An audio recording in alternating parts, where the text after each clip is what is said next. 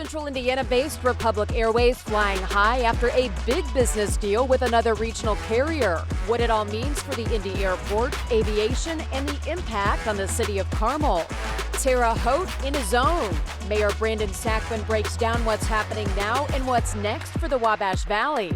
Plus, the Indiana connection on how simulation is now playing a big role in getting more nurses in the mix. And we have engine ignition. Small town Indiana aiming high. The story behind Taylor University in Upland and its link to launching satellites in space. Republic Airways, welcome aboard. Inside Indiana Business is next. From Indiana's business news leader, this is IBJ Media's Inside Indiana Business with Gerry Dick, presented by Elevate Ventures, Indiana University, and LIUNA. Hello and welcome to Inside Indiana Business. I'm Gerry Dick. Another shakeup in the airline industry, and this one with a direct connection to Indiana. Carmel-based Republic Airways and Phoenix-headquartered Mesa Air Group agreeing to a merger bringing together two of the largest regional carriers that operate for the big airlines like American, United, and Delta. If it passes shareholder and regulatory muster, the deal has the potential to continue Republic's recovery and reshape the nation's regional airline industry.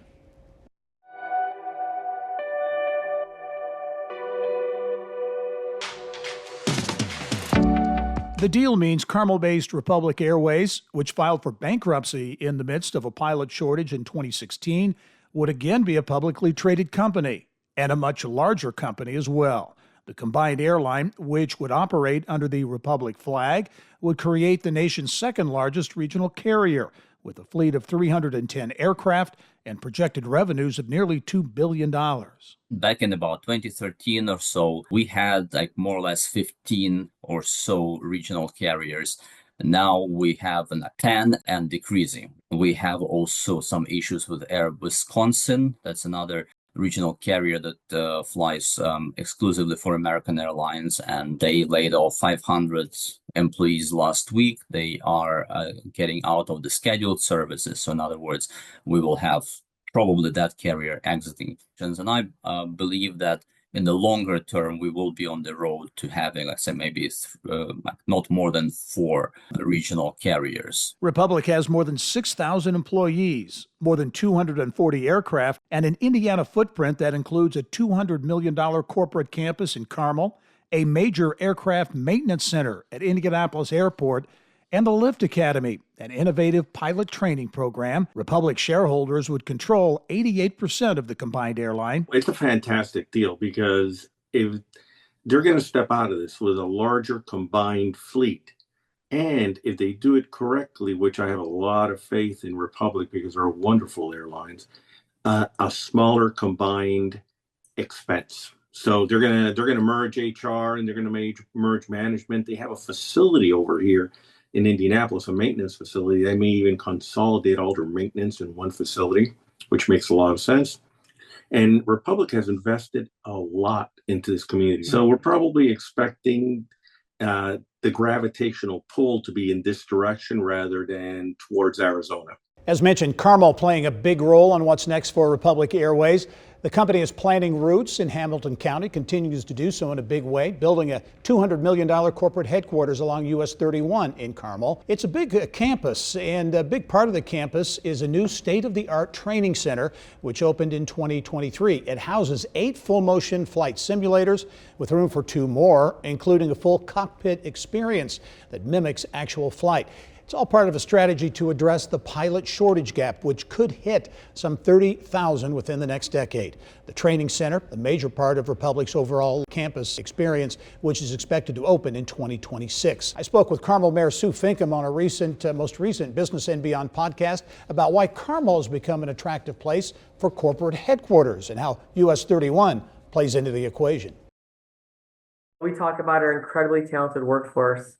75% of our residents have bachelor's degrees, and at one point we were the highest or second highest number of master's degrees in the country. We're the 5th lowest tax rate in the state of Indiana, which is the 5th lowest state as far as 5th most favorable state in the country for our property tax environment.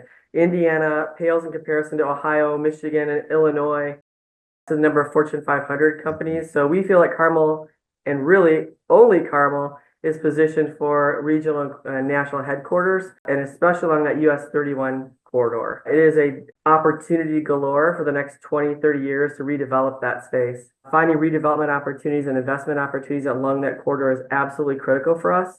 Well, coming up next, we head to the Wabash Valley to see how the gamble on a new casino is paying off, plus other investments reshaping Terre Haute and the region.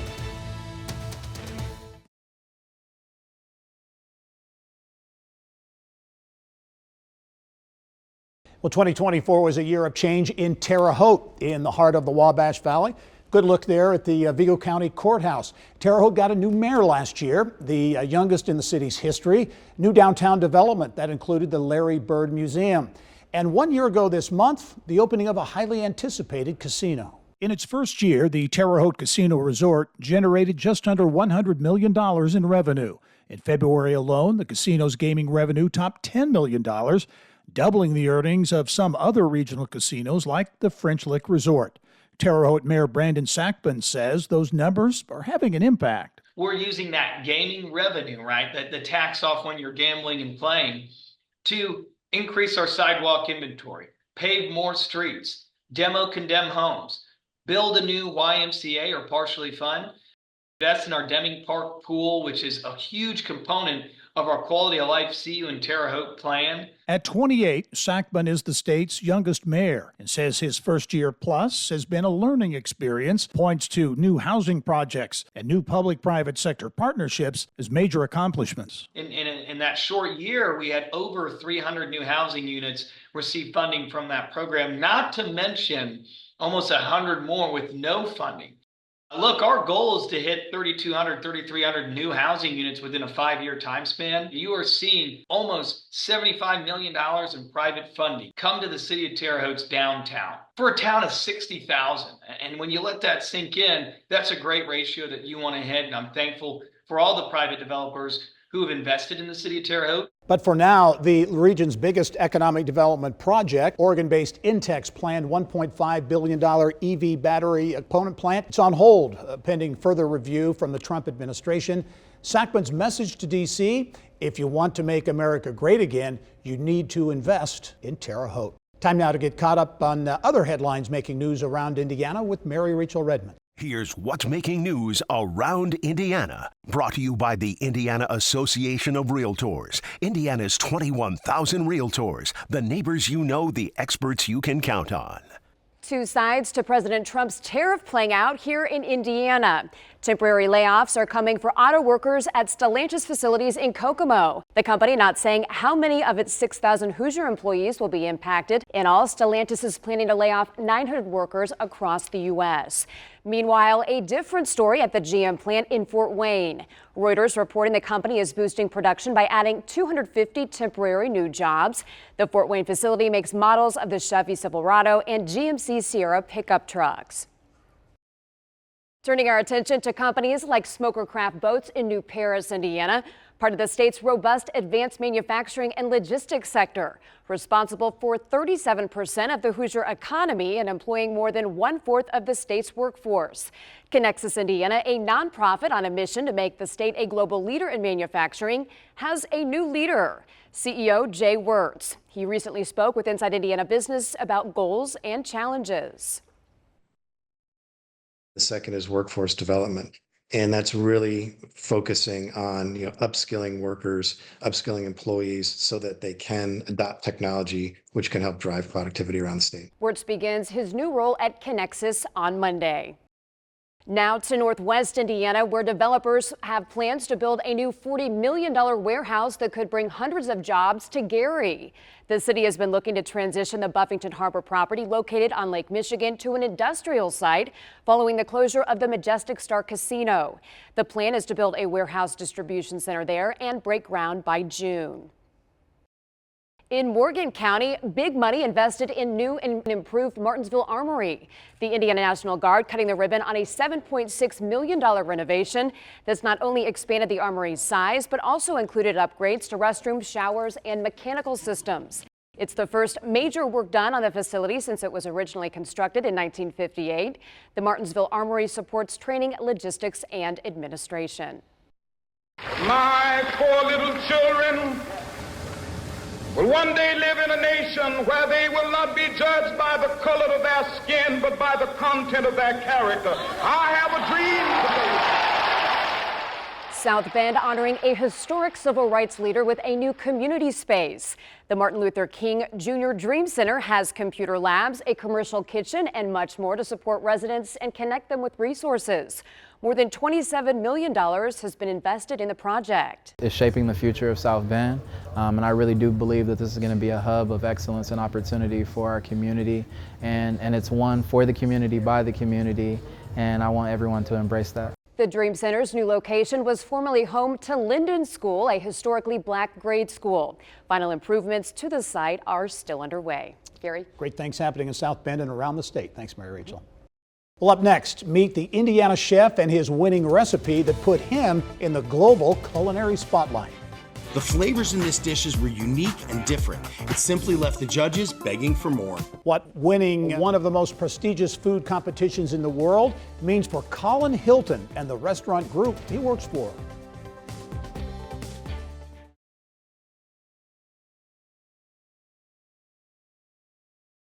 We have to find ways of changing the way medical education works. Western Governors University with a unique way to train future nurses through simulation.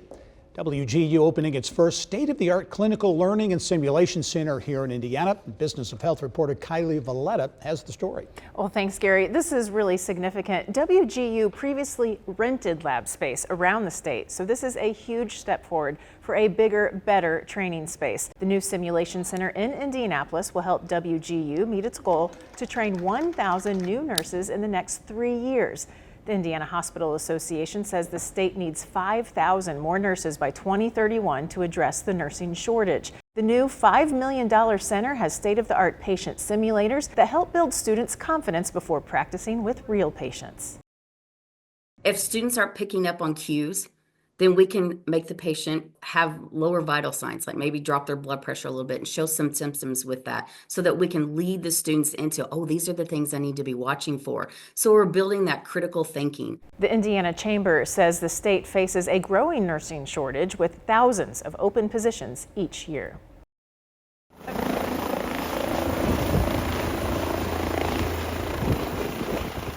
Via helicopter in rural parts of the state is getting an update that could save lives. Ascension St. Vincent has installed a red Stat Flight button in 9 of its hospitals in rural communities.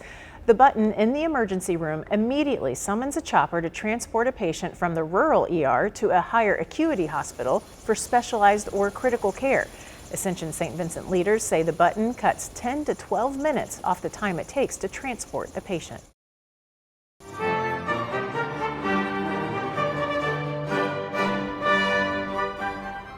And a Ball State University student with Duchenne muscular dystrophy is making his music dreams come true. Ethan Adderson is working toward his master's degree in professional conducting. He's always wanted to experience the magic of being maestro, but he can't lift his arms to conduct. Adderson is improving an assistive technology that involves attaching the baton to his glasses and moving his head to move the baton. He debuted the technology just days ago at a recital at Ball State, where he thanked the volunteer musicians, his professors, and parents for their devotion. They are the most selfless people I know, and I hope we all recognize that we need more individuals like them. This performance symbolizes hope for many of us with disabilities and stands as a testament to the importance of accessibility in the performing arts. Thank you for being here.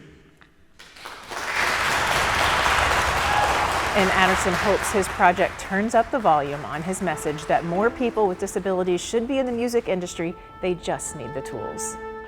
I know, Kylie, you're going to take a deeper dive into this great story at InsideIndianaBusiness.com. That's right. On Monday, we'll have a web story. That actually, what you saw, is only half of his technology. There's Wow. another half he's developing that is very, very high tech and very cool. Great story. Look forward to it. Thanks, Kylie. Well, Indiana is now home to a world food champion whose career impacts several restaurants across the state of Indiana. We stopped by Cunningham Restaurant Group's test kitchen in downtown Indianapolis to meet chef Colin Hilton. And that leaves us with one. Our new 2025 World Food Champion is Colin Hilton. Getting up there on the front row and having it announced, a huge relief. From Italian to Asian and all the unique experiences he had while perfecting his craft in Northern California as a young chef. Colin Hilton is chef de cuisine for Indianapolis-based Cunningham Restaurant Group, overseeing menu development across the brand. Day-to-day basis, get to cook some stuff, get to taste a lot of great food. Hilton's journey to the final table kitchen started right here in Indianapolis, which hosted the World Food Championships for the first time last year. After winning the noodle category, Hilton traveled to Arkansas for the final table. The judges were clearly excited as well. Yeah, so thank you. Great execution. Yeah, congratulations. You made it this far in this competition. The parameters were your culinary journey. Did pasta, just because that's kind of where we're at right now. Whether we want to be together or not, we all need to eat. So what a cool avenue to base your career off of, where you can kind of be part of the catalyst that brings people together. He showed the perfect balance of art and technique that define a great chef. Congratulations to Colin Hilton.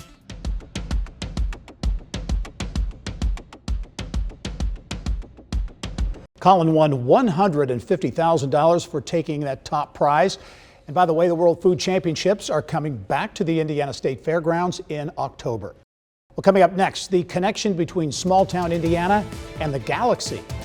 3, 2, 1. We bring a high-tech company into a very small community, which is bringing some high-tech jobs into the area. Why Upland, or why not Upland, Indiana, to serve as a hub for business in outer space? The story and the link to Taylor University when we return.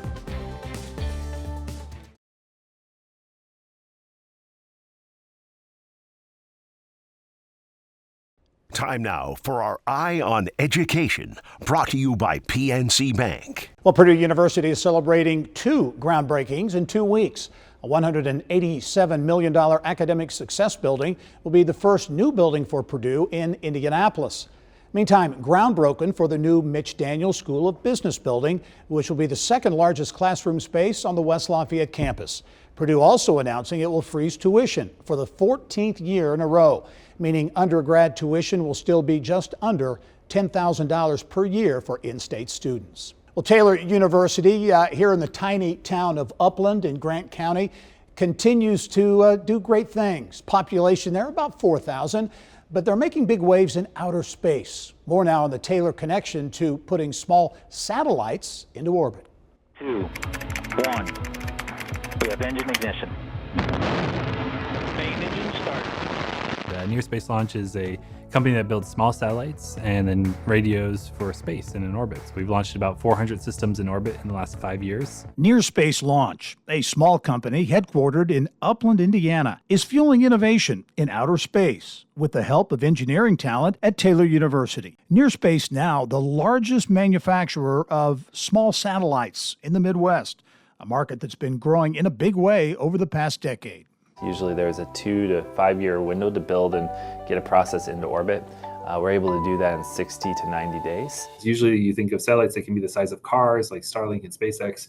The ones we build are smaller than that. So this kind of would be a small satellite right here. This is called a 12U CubeSat. So there's CubeSat whole industry. So each of these are different cubes, and you can pack a lot of great technologies in there. If you think of your cell phone, you can pack things are shrinking in technology, the Moore's Law, and just how can we bring more of those technologies into a smaller space and utilize it well. Drawing on engineering talent at Taylor and other Indiana universities has helped propel Near Space Launch's success.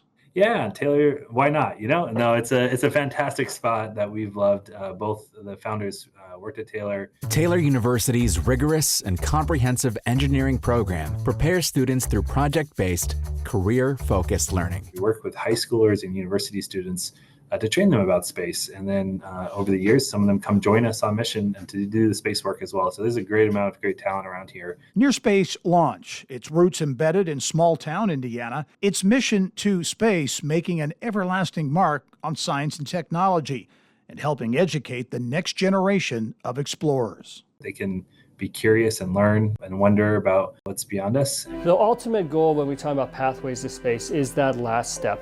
getting a student from where they're at to having something to actually fly in outer space. People have a natural interest in the unknown and to go where no one has gone before and what is actually out there. So I hope they walk away with that. You want to make discoveries, you want to change the world. Cool technology at Taylor and in Grant County as well. Finally this week, an Indiana winery giving the big dogs in Napa and Sonoma and some others on the West Coast a bit of a run for their money. Oliver Winery in Bloomington has grown into one of the 30 largest wineries in the United States and one of the largest in the Midwest. Now, I caught up with Oliver Winery CEO Pat Brown to get his take on competition, Oliver's niche in the marketplace, and what's behind the company's success.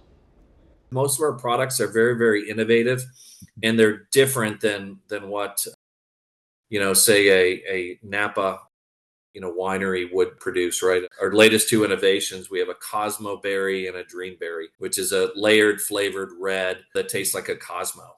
And that's just something Napa probably is not going to produce and ship anytime soon. Oliver Winery CEO Pat Brown on how the wine business works, the challenges, and what's next for Oliver Winery. It's on the Business and Beyond podcast. Well, that's all the time we have for this edition of Inside Indiana Business. We leave you this week with a sneak peek of what we've got planned for our Business at the Brickyard special all month long in May. Racing action like this in Southwest Indiana at the Tri-State Speedway in Hobstadt. Thanks for joining us. I'm Gerry Dick. Go out and make it a successful week. Deeds will cash in the lunch money and get after it as they work off into turns 1 and 2. Who will have the advantage? They work on the back straightaway. Justin Grant. He will take the NOS Energy number 4 up into the top spot as they come around to complete lap number 1. Grant in command of this one. Robert Ballou trying to hold on to second. He's got Kevin Thomas Jr. knocking on the door along with Mitchell Moles. Moles not able to make the run, neither does the 3R. Ballou going to get them elbows out and get that car wide. Justin Grant up front, trying to hold on to the race lead. He's got it. Here comes KTJ to the inside at the line. He will have the advantage by 0.015 seconds over the Madman. Ballou going to fall to the 3rd spot. Now Moles riding in 4th, riding in 5th. That's going to be Logan Seavey. Seavey up to the outside of the speedway, lurking down to the middle. It's going to be the Avante Windows and Doors number 3, P.O. Kyle Cummins. He'll ride in 6, Brady Bacon in 7, C.J. Leary, Chase Stockin, and Hayden Reinbold right now going to round out your top 10. As Justin Grant starting to open up his advantage here as they work through turns at 3 and 4. Slide job. 2 of them going to make their way by Ballou that time. White flag is out. Kevin Thomas that time had to wait on the car at the exit to number 4. Takes her up to the outside through turns 1 and 2. Robert Ballou.